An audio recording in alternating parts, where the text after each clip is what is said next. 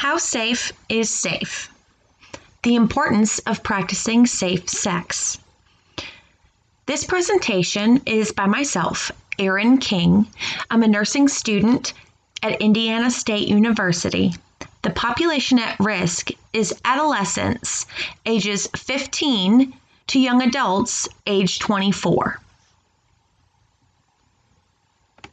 I ask that you take some time right now to take the PreTest before continuing on the presentation.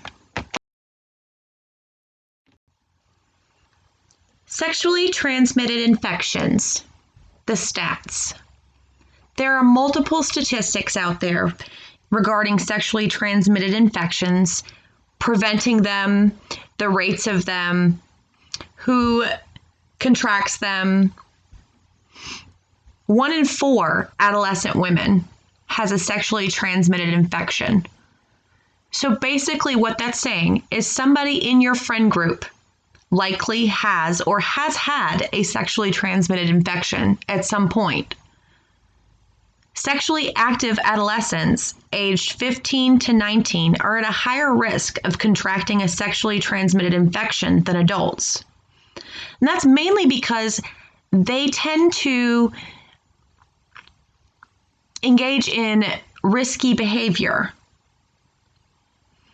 And we'll get to talk about what that risky behavior is later on in the presentation. In 2018, there were 26 million new sexually transmitted infections in the United States reported, with about half of these occurring in people ages 15 to 24 years old.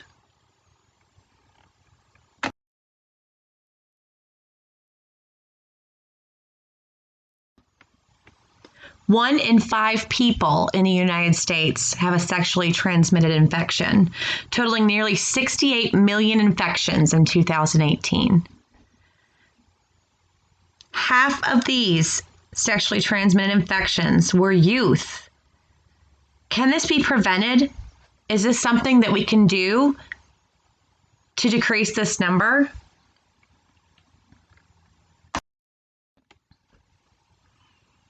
You may be asking, what's the difference between a sexually transmitted disease and a sexually transmitted infection? Well, really, it's just the wording. So it's an interchangeable term. Some people use the term sexually transmitted disease, and some people use the term sexually transmitted infection. So some of the transmitted infections can be treated and cured, and some of them can be treated but are lifelong problems. So diseases such as HIV, or the human immunodeficiency virus, they are not able to be cured. It's a lifelong complication that they will live with. It's a disease they will live with for their entire lives. And it may progress. It can be treated. Symptoms can be managed. However, it is something that never goes away. There are multiple different types of sexually transmitted diseases. Human papillomavirus, also known as HPV or genital warts. Herpes simplex virus, which is HSV2. That's another one that is lifelong. That one comes in flare-ups. It can be treated, but again, not cured. Trichomoniasis, chlamydia. We talked about HIV, gonorrhea, syphilis, and hepatitis B are all types of sexually transmitted diseases or infections. Anyone who is sexually active can contract an STD. Certain STDs are spread by skin-to-skin contact, and others are through vaginal, anal, or oral sex with someone who has an STD. But I go back to talking about the skin-to-skin contact. If the infection is present, the risk is there. Unprotected sex is risky business.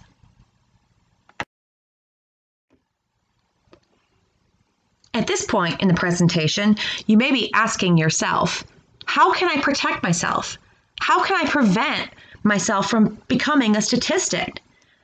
Well, the only 100% reliable way to protect yourself from STDs is through abstinence or not engaging in sexual activity. For some, this is part of their culture, and waiting until marriage to engage in sexual activity may be nothing that seems off or nothing that seems like a daunting task. For others, this is not as realistic. And for those, I say to use protection such as condoms and be sure that you know how to use them correctly. Using protection such as condoms, as well as getting tested. Who should get tested? Anyone that's engaging in sexual activity should be regularly tested for STDs. Anyone that's showing a symptom of an STD or has a known exposure should be tested. And anyone that has multiple partners or that has engaged in sexual activity with multiple partners should get tested. Another way to protect yourself is through what is called mutual monogamy. This is when two individuals who are both tested and test negative agree to have sexual activity only with each other. This is not always reliable as there are humans involved, and humans are not always reliable. So it's always good to kind of have a backup plan, such as using condoms, even when you're mutually monogamous. A risky behavior that occurs often is mixing drugs and alcohol with sex. So we talked about risky business, risky behavior. What can I do to protect myself against that? So avoid mixing drugs and alcohol with sex.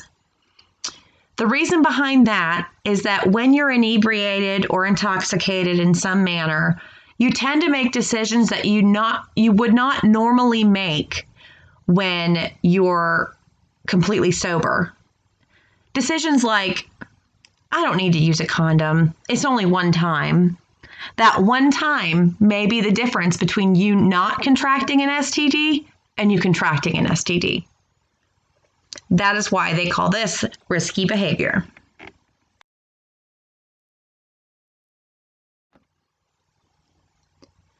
After the presentation, if I have a question, who do I go to?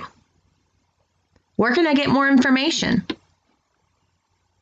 The first place you should go if you have a question about sexual health, sexual wellness, or disease prevention would be your healthcare provider. Your healthcare provider has a wealth of knowledge about wellness and preventing illness. I've also linked excellent resources on the internet here in this presentation for you. They include the Centers for Disease Control and Prevention, the American Sexual Health Association, girlshealth.gov, and health.gov. All of these sites are reliable sources for information regarding sexual health, sexual wellness, and sexually transmitted diseases and prevention. Again, if you have any questions that cannot be answered on these sites, your healthcare provider is an excellent source of information.